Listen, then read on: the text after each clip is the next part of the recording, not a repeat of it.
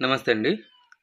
ఇది మనకి కడుపుకు పెట్టే అతి శక్తివంతమైన పౌడర్ అండి. ఈ పౌడర్ వచ్చేసి మనము అన్నంలో, చికెన్‌లో, మటన్‌లో, స్వీట్‌లో, జ్యూస్‌లో ఆ విధంగా మనం తినే తాగే వాటిలో ఒక్కసారి పెడితే కేవలం 24 గంటల నుంచి 3 రోజుల్లోనే మన చెప్పు చేతుల్లోకి వచ్చేస్తారండి.